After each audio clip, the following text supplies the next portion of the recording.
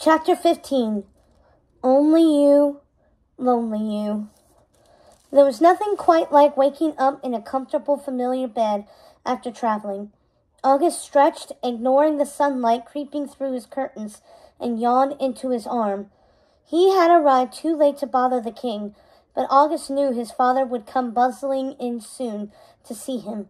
He rose and opened the shutters of his window, taking a deep breath of the early afternoon air, and studied the bright blue sky. It was such a vivid, burning color, like water spilling across a stone floor or the iridescent shift of a sheet of pearl in delicate hands. Fresnay had skies like that. No reason to think about that, he muttered, and started to get dressed. Nothing in Fresnay for me but an unfinished job. With any luck, he would get some more quiet time to himself before his father realized he was awake. August had given his valet the morning off. Visiting Fresnay had dredged up a lot of memories he didn't care to think about around others. And he definitely didn't want to think about them around his father. The man still got misty-eyed when he was even reminded of his late wife. August couldn't talk to him about Fresnay. Best I finish dealing with this case before he shows up, August mumbled. As an only child, sometimes the only person to talk to was himself. He hadn't really had a good friend until he went to school and found Martin. His early years in Fresnay had been so lonely. He penned a quick letter to his mother's fairy godmother, thanking her for responding to his father and asking if she could identify magical items. Confirmation that the items were the culprits would be helpful and put minds at ease. Once that was handed off to a courier, he moved everything off his desk and set the lockbox in the middle. He hadn't been able to find a locksmith last night. He planned on attempting some more combinations today before heading into town to seek one out. August! Father bustled into the room, the gold fringe of his epaulets swinging wildly, and launched himself at his son. He caught August around the middle in a crushing hug. About time, my boy! Father was a smotherer, but his love was a comfortable warmth, like sitting in the sun for a touch too long on a summer day. You saw me less than a week ago, August said, and laughed, hugging Father back. You were only home for a day, Father said. You've got responsibilities you've been avoiding. He let go of August with one arm so that he could waggle a finger at him, and August laughed again. I was working, said August, both times. Yes. Bandits up north and loose magic in Fresnay. You've been very busy away from home. Father huffed and looked him over. Forgive me for wanting my only child safe and sound at home. Did you figure it all out? Not entirely, August said, frowning. Martin stayed to tie up some loose ends. All that's left to do is determine how to return the memories. But we have a running theory that the mayor is overseeing. There's also this lockbox that I need open. We think it's holding some crucial information as to who is behind this. Very good, said Father. Excellent work for 5 days.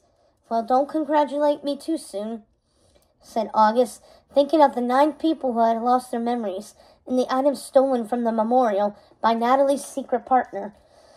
I'll need to return in a few days to finish the job. The memories haven't been returned yet, and there's a culprit still loose. Father shrugged. Still sounds to me as if there's plenty to celebrate. It's good for moral to get a win, even if it's small. Bureaucracy and all that court nonsense makes it hard to celebrate them. But you should. Tonight even. I'm rather tired, August lied, ignoring the sinking feeling in his chest. He had expected Father to protest more to his return to Fresnay, but his bubbling excitement seemed to be overshadowing his usual temperament. August should have known Father would have something planned. Still, his own plans were to explore the city and find a locksmith. Any court functions can wait until tomorrow. Court? Father let out a bark of a laugh. They wouldn't be able to plan something so quickly if I gave them the whole vault. And you did? August asked. What is it? Father tilted his head back and forth, mustache wobbling. I can honestly say that I haven't planned a single thing, he said. You could blame the Grand Duke for it all. The Grand Duke had been the king's advisor for longer than August had been alive, and was unable to refuse Father anything. It was why he had 2 other advisors. And how many potential brides will be in attendance? August mocked. He knew Father, and he knew a scheme was underway. Look here. Father yanked August's shirt collar and pulled him down to eye level. I've been patient and understanding, but you need to get married. August groaned. What exactly is happening tonight? We're having a ball to welcome you home, and every eligible lady will be there. Father smacked his arm and let him go. All of them. So none of this, I can't meet anyone I like nonsense. You'll be meeting everyone. One night was decidedly not enough time to determine if someone was fit to rule or fall in love. It's going to be a long ball, muttered August. You've only got yourself to blame for that. August laughed and shook his head. I know. You want me to find someone and have a family. But I would love to do that on my own time. The rest of us don't function on your time, boy. Father nearly shouted. There is nothing to be scared of. Sure there is, said August. Ask anyone in Fresno. Memory loss like in Fresno isn't common, Father said. So they weren't just forgetting people, but loved ones, were they? Even if the love was new, said August. 'Tis a shame, Father quieted, mustache rustling with a sigh. August shuddered. It must be hard to not remember someone who loves you, learn to love them again, and then find out they've forgotten you. Thinking about it feels like someone walking over my grave. And oddly, so weirdly that he couldn't shake the feeling, made him feel empty, as if he had missed 2 steps while going down the stairs. One of the people who lost his memory said something about how forgetting was worse, and I don't understand, said August. You can't be sad about something you've forgotten. Can't you? Father mused. Feels more like fear, then. Fear that there's something just around that road you didn't take. Something great and wonderful and that you'll never have the joy of knowing. You don't understand fear of missing out on love. Losing Mother nearly killed you, said August, hands twisting in his lap. He tugged at the hem of his shirt, his collar, his hair. Did no one else remember how bad it had been? I remember you.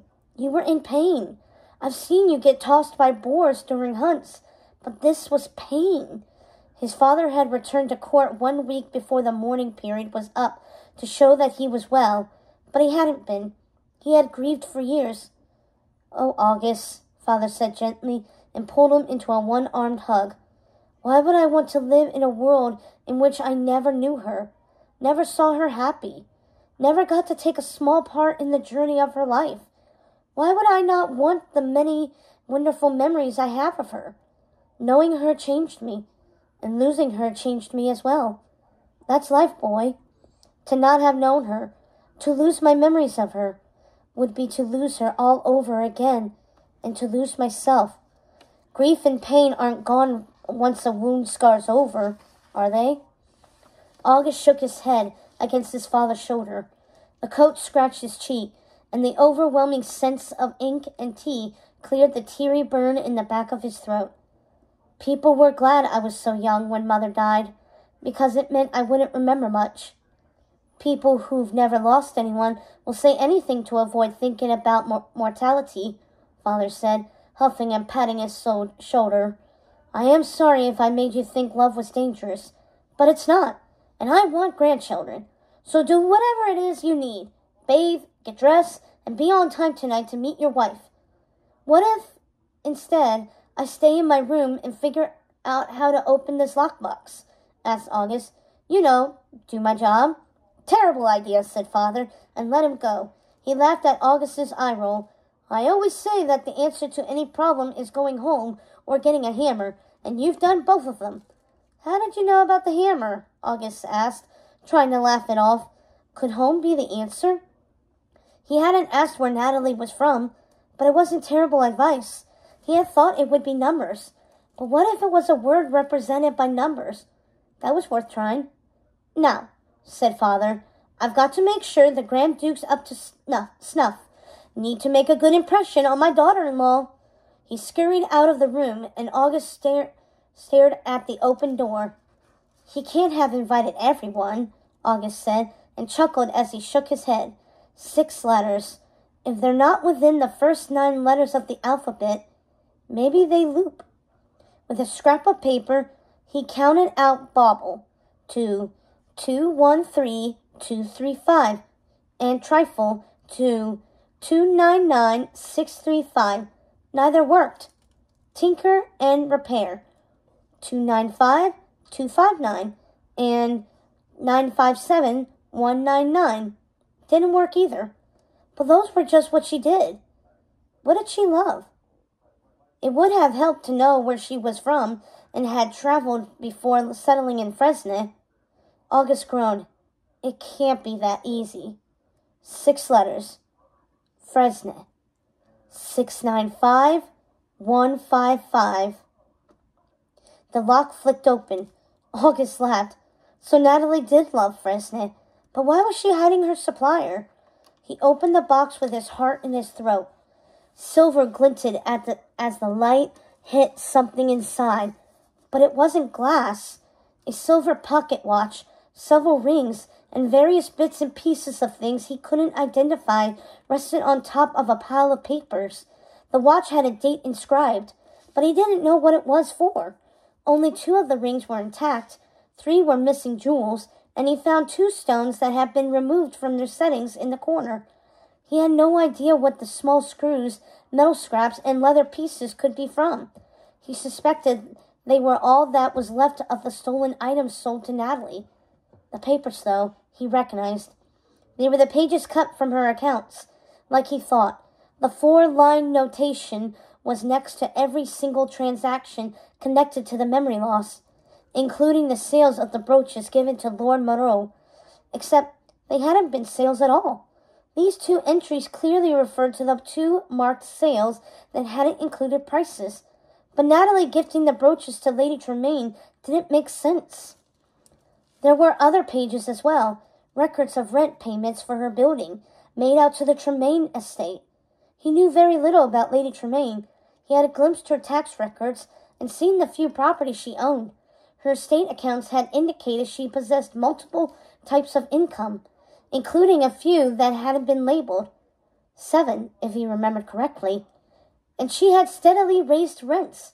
But Natalie's records indicated that she'd been paying the same rate for 5 years. Had the brooches from Natalie been free as thanks for not raising the rent? Or was it something more? No one had claimed the note, and purse Natalie had placed in the cart before Martin had left to find August. There had been quite a bit of money in that purse, more than August had paid for the pins. About as much as the cost of the pins, plus half of Natalie's rent.